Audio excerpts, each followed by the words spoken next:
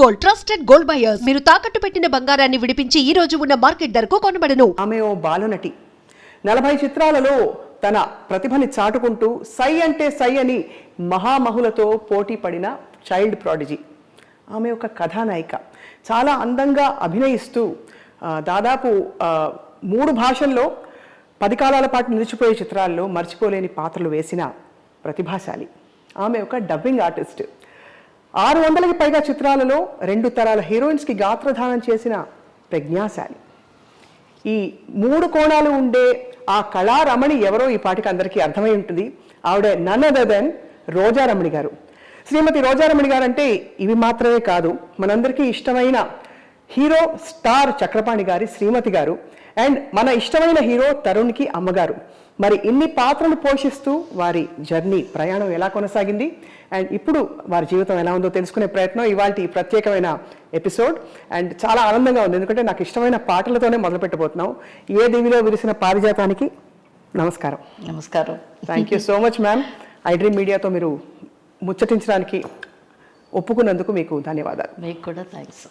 ఎలా ఉన్నారు? వారికి మీకు specially thank you so much. ఎలా ఉన్నారు ma'am? Very very good, fine. ఇంట్లో ఏ గోడ ముట్టుకున్నా అవార్డే అనిపిస్తుంది. ఎన్ని అవార్డులు.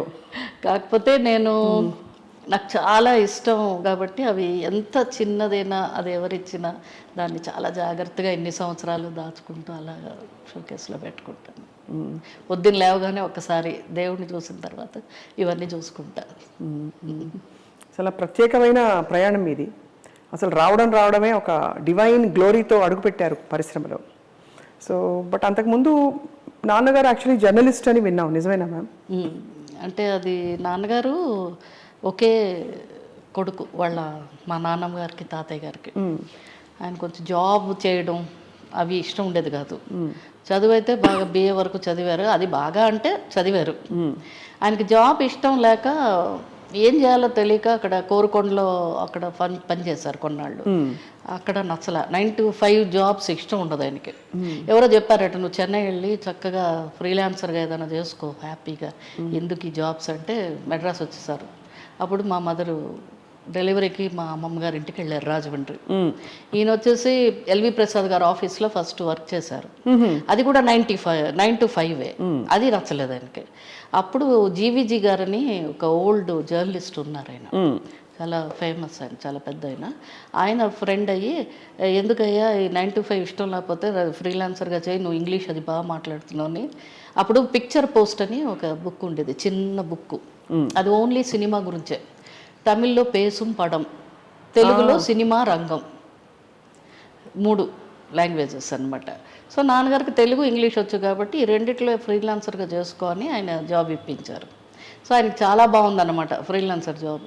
అప్పుడు మా మదర్ డెలివరీ అయిన తర్వాత నేను 6th month బేబీగా ఉన్నప్పుడు చెన్నై తీసుకొచ్చేసారు. అలా మేము చెన్నై వచ్చాం.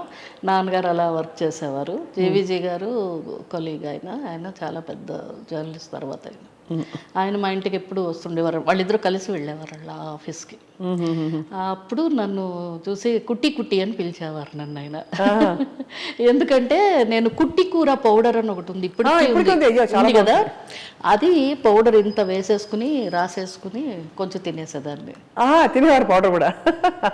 అమ్మ తిట్టేది, అలా తినకూడదు, పౌడర్ తినకూడదు అంటే. ఆయన ఎప్పుడు నన్ను నాన్నగారిని పికప్ చేసుకోవడానికి వచ్చినప్పుడు నన్ను చూసి, ఎందుకు అలాగా పౌడర్ అంతంత వేసుకుంటున్నావు మొహాన్ని, నువ్వు మేకప్ వేసుకుంటావులే తర్వాత అనేవారు.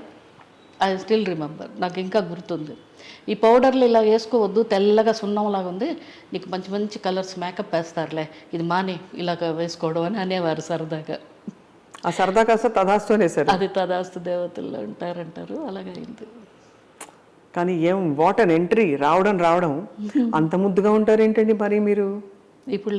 ఇప్పుడు ఉంటారనే అన్నాను, అందుకనే. అప్పుడైతే మరీ ముద్దుగా ఉన్నారు. 5 years కంప్లీట్, 6th year. అప్పుడు అసలు జల్లు అంటుంది ఇప్పటికి కూడా, హరియే దైవం అంటే. ఇంకొక ఆయన కూడా కోయదరని, ఆ రోజుల్లో కోయవాళ్ళు వచ్చేవారు, చాలా పెద్ద ఆయన, వెరీ ఏజ్డ్. వాళ్ళు వచ్చి జస్ట్ అలాగేదో చెప్పి వాళ్ళకేవో మనకి ఇష్టం ఉంటే చీరలు బియ్యం అన్నీ ఇచ్చేవారు అన్నమాట ఇంట్లో. వాళ్ళని ఎప్పుడు వెళ్ళమనేవారు కాదు. అలాగ ఒక ఆయన వచ్చారు, చాలా పెద్ద ఆయన, ముసలాయన, సేమ్ ఫుల్ ఆయన పూసలు అవి ఇవి ఫుల్ ఒరిజినల్ కోయదోరు ఆయన. ఆయన వచ్చినప్పుడు మా అమ్మ బియ్యం బట్టలు అవి ఇచ్చి నాకు ఒక చిన్న సంచి ఏదో ఇచ్చి ఆయనకి ఇమ్మని ఇద్దరం ఇచ్చాం. ఇస్తుంటే ఆయన అన్నారు, ఈ అమ్మాయి ఎవరు అంటే మా పాప అన్నారు. ఈ అమ్మాయి తెర మీద తోలుబొమ్మలు వేస్తుంది, ఆయన భాషలో వేస్తుంది, గాల్లో ఎగురుతుంది అని ఊరికి నేను నా తల మీద ఇలా అనేసి అవన్నీ తీసుకుని వెళ్ళిపోయాడు ఆయన. అంటే నాకైతే అర్థం కాలేదు ఆ భాష మాటలు. తర్వాత తెర మీద తోలుబొమ్మలు వేస్తుందంటే యాక్ట్ చేయడం, గాల్లో ఎగురుతుందంటే ఫ్లైట్స్లో తిరగడం. అది కూడా ఆయన బ్లెస్సింగ్ అనుకోవాలి నిజంగా. ఆయనకి ఎప్పుడు మనసులో నేను కృతజ్ఞతలు చెప్పుకుంటూ ఉంటాను. మీకు ఊహ తెలిసిన టైంలో అప్పుడప్పుడే మీకు మాటలు వచ్చిన టైం అనుకోండి, మీకు ఎలా ఉండేవారు? మీరు క్వైట్గా ఉండేవారా, అల్లరి చేసేవారా? క్వైట్ అంటే నా తర్వాత ఒక తమ్ముడు ఉండేవాడు గణేష్ అని. వాడు వినాయక చవితి రోజున పుట్టాడని వాడికి గణేష్ అని పేరు పెట్టాం. వాడు చిన్నోడు, వాడు కింద ఆడుకునేవాళ్ళం మేము పిల్లలు అంతే. క్వైట్ అంటే నాకు డాన్సులు పాటలు అంటే చిన్నప్పటి నుంచి ఇష్టం. కానీ అలా నేర్పించే అవన్నీ లేవు. ఒక రేడియో ఉండేది, మర్ఫీ రేడియో అని ఆ రోజుల్లో. అవును, అదే చాలా గొప్ప ఎలక్ట్రానిక్ సాధనం మన ఇంట్లో. దానికి ఒక టేబుల్, దానికి ఒక లేస్ గుడ్డ, దానికి ఒక ఫ్లవర్ వాజు, అవన్నీ ఉండేవి. చాలా పెద్దది. అది మాత్రం నాకు ఈ నాబ్స్ ఉంటాయి, తిప్పేసేయాలి సౌండ్ వాల్యూమ్ అవన్నీ ఇష్టం ఉన్నట్టు చెప్పేసి హై వాల్యూమ్ పెట్టేసేదాన్ని. తిట్టేవారు, అంతంత సౌండ్లు పెట్టకూడదు, పక్కన తిడతారు, అంత గోల గోల. ఎప్పుడు నాకు అందులో మూగ మనసుల పాట ఎక్కువ వచ్చేది. గోదావరి గట్టుంది ఆ పాట పాడే నేను సెలెక్ట్ అయ్యాను భక్త ప్రహ్లాద. అది పాడారా? పాడాను. ఎలా పాడారు మ్యామ్? మీరు బాగా పాడతారు నాకంటే. అప్పుడు చిన్న బుజ్జి ప్రహ్లాదుడికి ముందు ఏముంది నాకు తెలిసినది, గోదావరి గట్టుంది అనుకుంటూ ఇలా చేయి పెట్టుకుని ఇలా ఇలా ఏదో నాకు వచ్చిన డ్యాన్సు అది చేసి చూపిస్తే అడిగిన వెంటనే పాట పాడారు అని చెప్పి ఆయనకు ఒక ఇంప్రెషన్ వచ్చింది అనమాట. పర్లేదు చెప్పగానే ఒక పాట పాడి డ్యాన్స్ చేసింది సిగ్గుపడకుండా భయపడకుండా. నేను చూసిన మొట్టమొదటి షూటింగ్ కూడా లేత మనసులు షూటింగ్ జమున గారిదే. ఆ పాట పాడింది కూడా సుశీల గారు పాడిన పాట జమున గారిదే. అవును, నేను ఎప్పుడు చెప్తుంటాను ఆవిడ ఏదో అనుబంధం ఉంది, ఉండొచ్చు కనెక్షన్. ఆ తర్వాత నేను ఆవిడకి కొడుకుగా చేశాను, కూతురుగా చేశాను, మరదలుగా చేశాను. ఆవిడంటే అది ఏమిటే బాబు, ఆ కొడుకు నువ్వే, కూతురు నువ్వే, మరదలు నువ్వే అని. మధ్యన ఆవిడ లేకపోవడం బాధ అనిపించదు చాలా.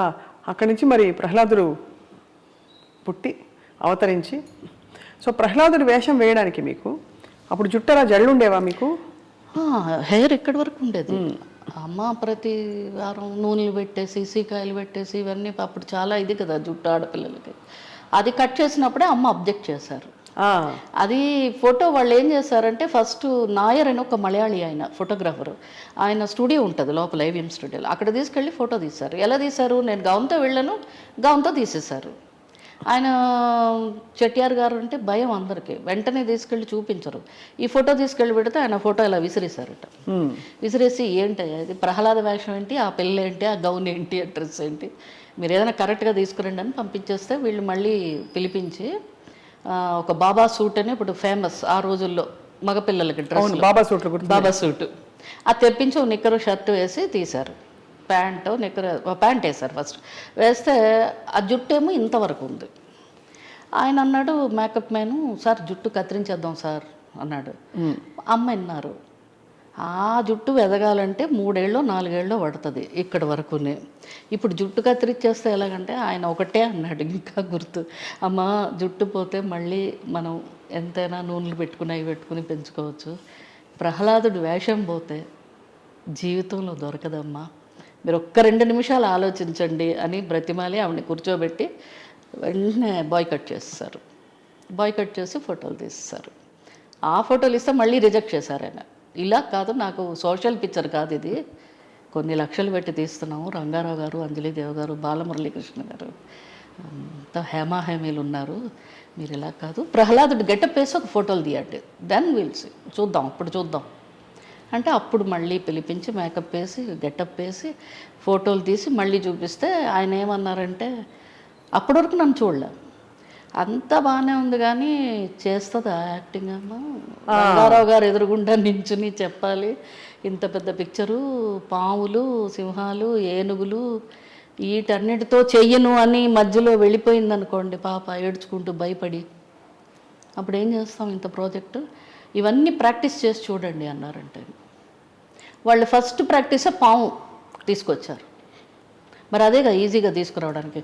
ఏనుగులు, సింహాలు ఎక్కడ తెస్తారు స్టూడియోకి? సో పాము మీరు దగ్గరలో ఉందా? దగ్గరలో లేదు, మెళ్ళో వేశారు. గుర్తుంది. అది అది ఉండట్లే, కొత్తగా పట్టాడట ఆ పాముని. ఆ పాములు అతను ఇంకా నాకు గుర్తున్నాడు, అచ్చు పాములాగే ఉంటాడు ఆయన కూడా. అమ్మో, చాలా ఒకలాంటి ఫేస్ అయింది, చాలా షార్ట్గా, అంత మొహం అంతా అదొకలాగా, ఇన్ని బుట్టలు పట్టుకుని వస్తాడు, మనం ఏదో స్వీట్ హార్ట్లు పట్టుకొచ్చినట్టు. ఇక్కడ ఈ సంచి ఒక గుడ్డ సంచిలో పెట్టి ఒక 6 బుట్టలు, ఇటు ఒక 6 బుట్టలు, 12-15 పాములు తెస్తాడు. ఆ పాముని మీ మెళ్ళో వేశారా? ఒక ఏసీ రూమ్లో కూర్చోబెట్టారు, కింద ఒక కార్పెట్ వేసి. మా అమ్మగారికి తెలియదు పాము తీసుకొచ్చి వేస్తారని. తీసుకొచ్చి బుట్టలు ఇప్పుతున్నాడు ఒక్కొక్కటి. అవి ఒక్కొక్కటి తరాచు పాములు అనమాట. వేస్తే ఏ పాము వేయమంటారు సారు, ఏ పాము వేయమంటారు సార్ అని అడుగుతున్నాడు. వాళ్ళేమో ఏదో ఒక పాము చెప్పారు, ఆ పాము వేశారు. అది ఉండట్లే, మెడలో కొట్టేస్తుంది అది చాలా ఫోర్స్గా. కానీ నేనేం మాట్లాడట్లే. మా అమ్మగారేమో కళ్ళు తిరిగి కింద పడిపోయారు. చూసా?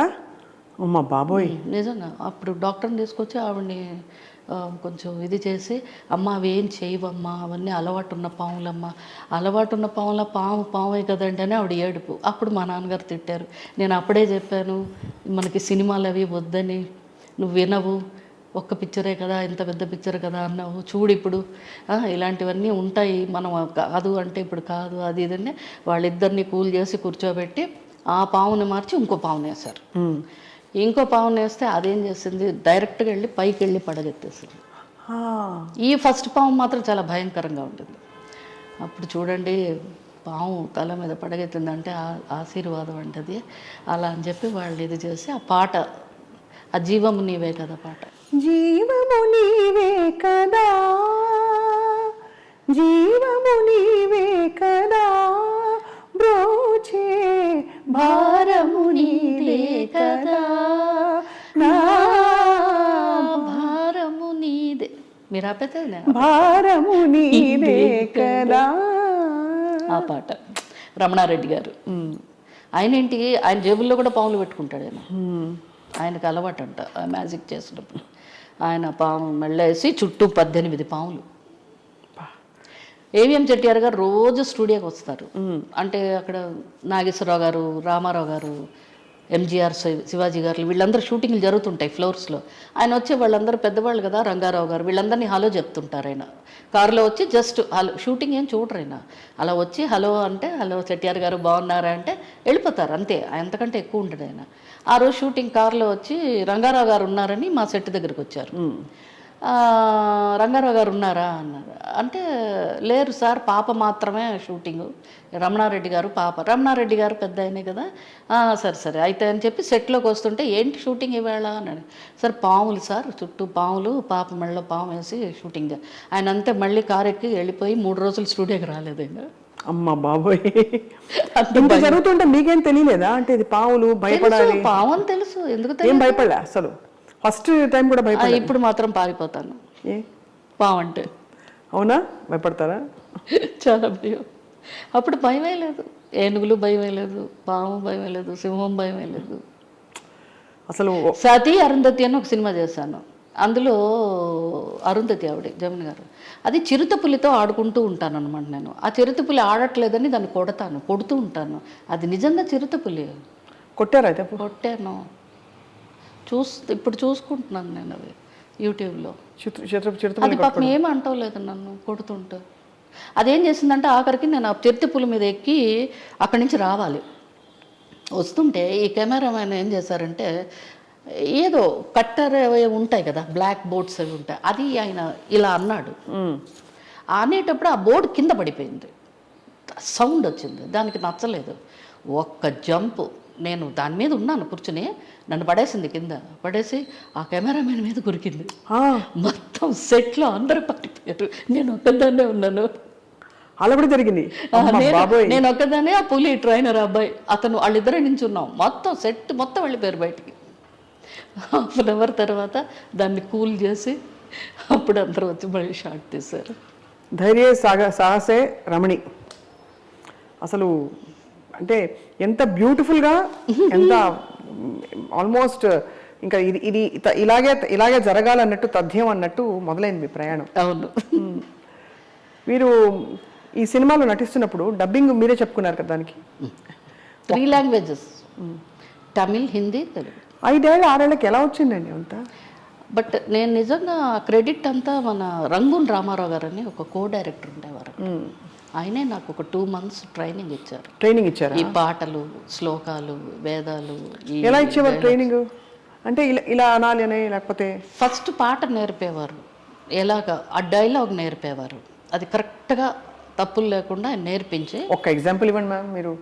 నాకు ఒక్క డైలాగు, పిక్చర్లో అన్ని డైలాగులు నేను చెప్పిన వెంటనే చెప్పేశాను, ఒక్క డైలాగ్ మాత్రం చిన్న తడబడుతుంది ఇప్పటికీ నాకేంటో. ఆ నారాయణ్ని మర్చిపో, ఆ హరిని మర్చిపో అని అరుస్తుంది ఆయన, మన రంగారావు గారు, హిరణ్యకశిపుడు. అప్పుడు ప్రహ్లాదుడు అంటాడు, నేను నిదురలోనైనా మరచదేమో కానీ నీవు రేంబాళ్ళు ఆ దేవుణ్ణే ప్రార్థిస్తున్నావు అని అంటాడు అనమాట ప్రహ్లాదుడు. ఆ ఒక్క డైలాగు కొంచెం నాకు అది ఇదిగా వచ్చేది.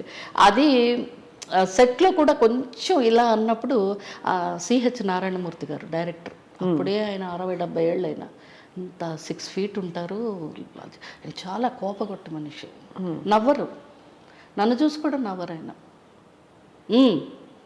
టేక్ అంటారు నమ్ము. సో ఆయన డైలాగ్ అనేటప్పటికి ఏంటి రాలేదా అన్నారు, అంతే పాపం. అప్పుడు నేను ఇలా అన్నాను, అది రికార్డ్ అయిపోయింది. అది రికార్డ్ అయిపోయినప్పుడు చెట్టియార్ గారు చూశారంట, రషెస్ చూస్తారుగా, రషెస్లో అన్నారు, పాముల దగ్గర, సింహాల దగ్గర, ఏనుగుల దగ్గర భయపడని పాప ఎందుకు ఇలా అన్నది అని. అంటే అంత కాన్సెప్ట్ అంటే డైరెక్టర్ గారు కొంచెం గట్టిగా అన్నారండి. అలా అనేటప్పటికి ఇలా కొంచెం తుళ్ళిపడింది పాప. అంటే ఇంకెప్పుడు ఆయన అనొద్దని చెప్పండి అని చెప్పారండి.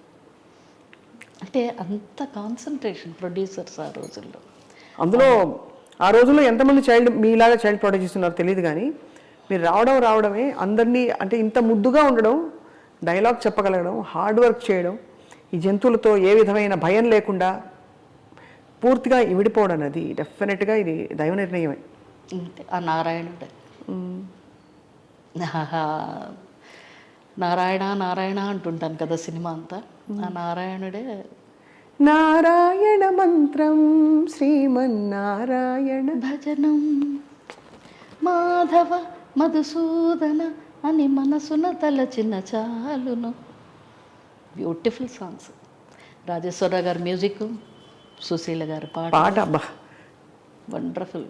విన్సెంట్ గారి కెమెరా, అంత అది ఒక పూర్వజన్మ సుకృతం అంతే. మా అమ్మ నాన్నగారు చేసుకున్న అదృష్టం, నా పూర్వజన్మ సుకృతం ఆ క్యారెక్టర్ రావడం. అవును. ఇంకా అక్కడి నుంచి ఎంతకాలం అయిందా మ్యామ్ ఈ షూటింగ్? అది 1 year, వాళ్ళది 1 year. కళ్ళు నీళ్ళు తిరుగుతున్నాయి. అమ్మ నాన్న గుర్తొచ్చి.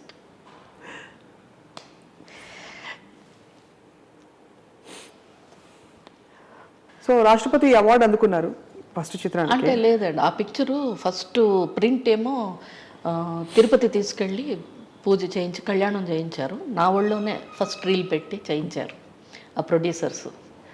అంటే చెటియార్ గారు అబ్బాయిలు మురుగన్ గారు, కుమరన్ గారు వాళ్ళు ఫస్ట్ రీల్ నా ఒళ్ళో పెట్టి కళ్యాణం చేయించారు తిరుపతిలో. చేయించిన తర్వాత ఇంత పెద్ద ఈస్ట్మన్ కలర్ అప్పుడు లేవండి, ఇదే ఫస్ట్ మేము ఫుల్ ఈస్ట్మన్ కలర్ పిక్చరు. అప్పుడు ఏమన్నారంటే ఇది రాష్ట్రపతి గారికి చూపిద్దాం, చాలా పెద్దగా తీసాం కదా బడ్జెట్ అదిని అని వాళ్ళు వస్తే ఆయన చూస్తానన్నారు. ఆయన చూస్తాననగానే ఢిల్లీ తీసుకెళ్ళారు. ఢిల్లీ తీసుకెళ్ళి వాళ్ళు వేసేసారు షో. వేసేస్తే ఆయన హాఫ్ పిక్చర్ చూశారు, పెద్ద ఆయన అప్పటికే. అంటే 3 hours మూవీ కదా, చూడలేరు. 1.5 hour చూశారు. ఆ 1.5 hour తర్వాత 1 hour తర్వాత నేను వస్తాను పిక్చర్లోకి. ఆయన చూసి ఈ బాయ్ బాగా యాక్ట్ చేశాడు, పేరేంటి అని అడిగారు. ఈ బాయ్ కాదు సార్, గర్ల్ అని చెప్పారంట. ఓ నేను నమ్మలేకపోతున్నాను అన్నాడంట.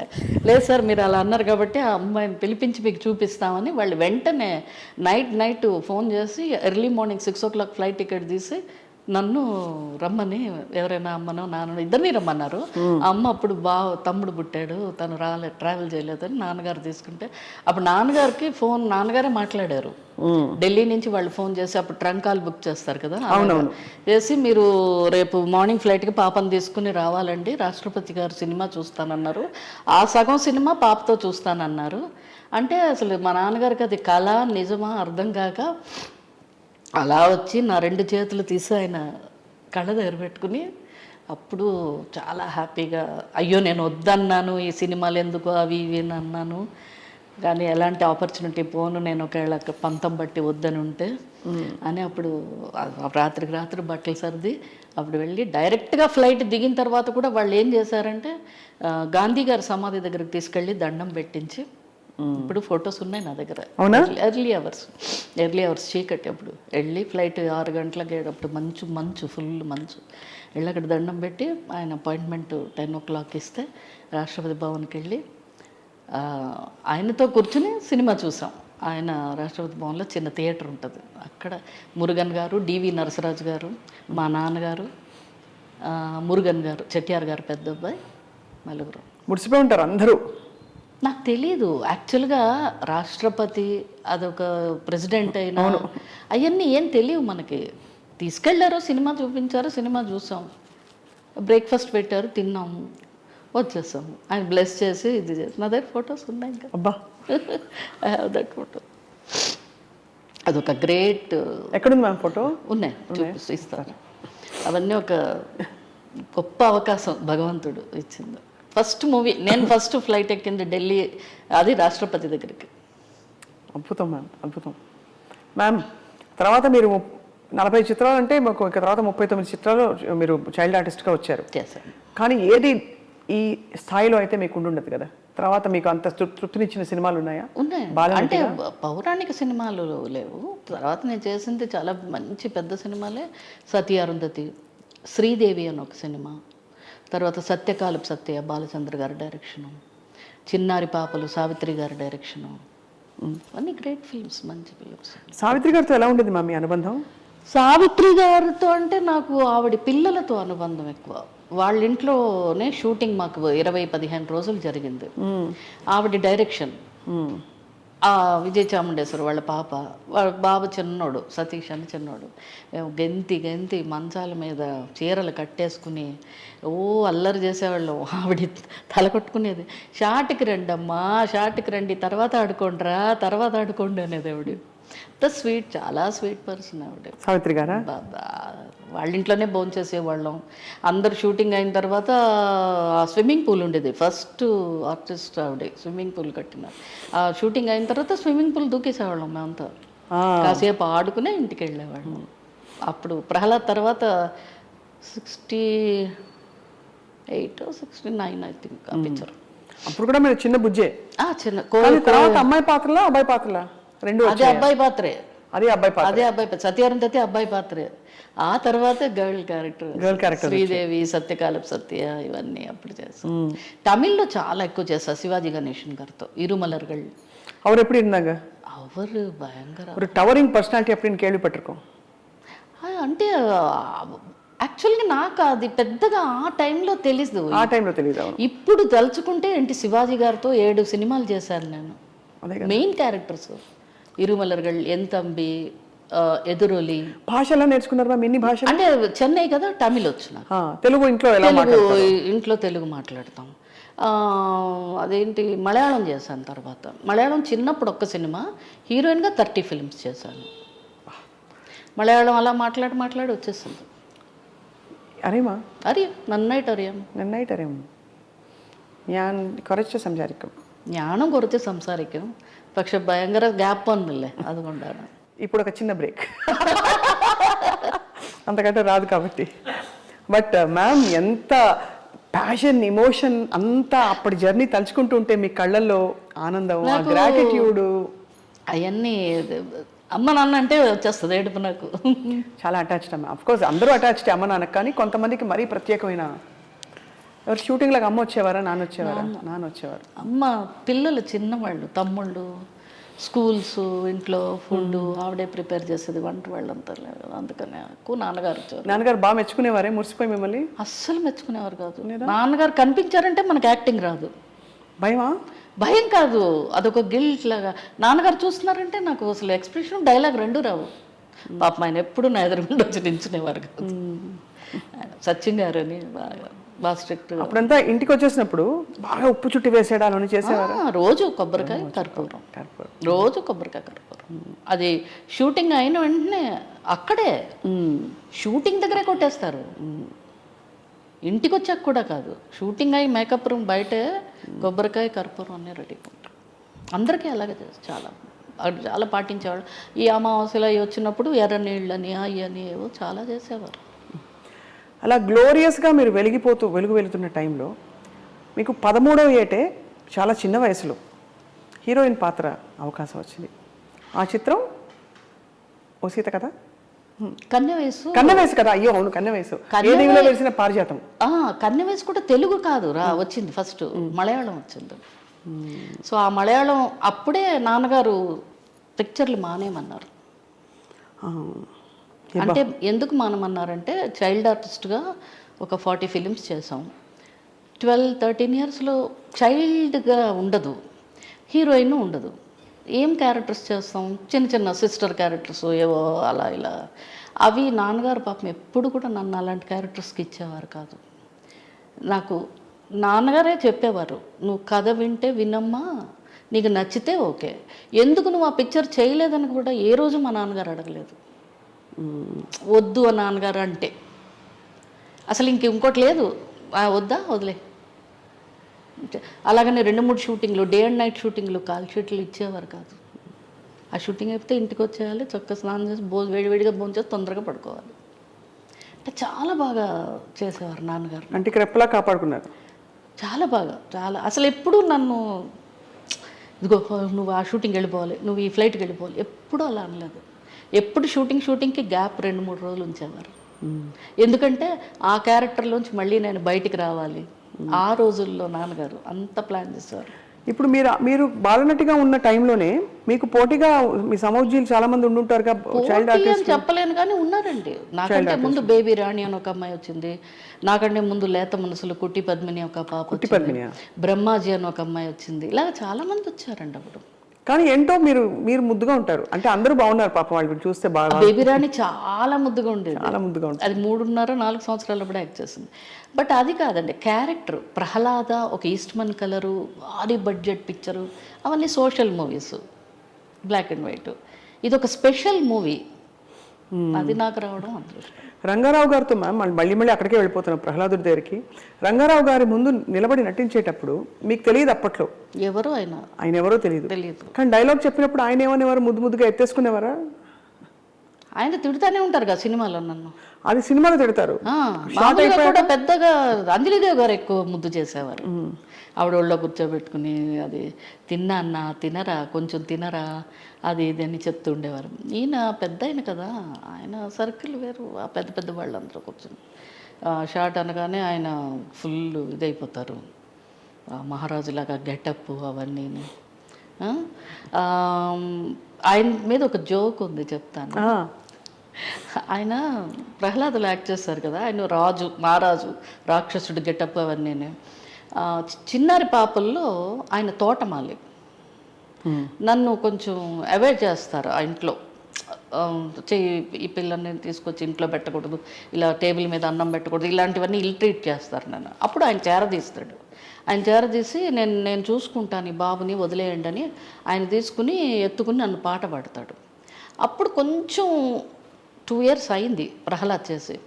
ఆయనే ఈయనని డౌట్ నాకు, ఆయనో కాదో తెలీదు. ఇదేమో బట్టతల, చిరిగిపోయిన పంచ, తోటమాలి, అందులోనేమో మహారాజు, ఒంటి నిండా నగలు, రాక్షసుడి గెటప్. తర్వాత రంగారావు గారేం తెలిసింది, ఆయనే ఈయనని తెలిసింది. తెలిసి అనుకున్నాను, పాపం పేదవాడైపోయాడు ఈయన,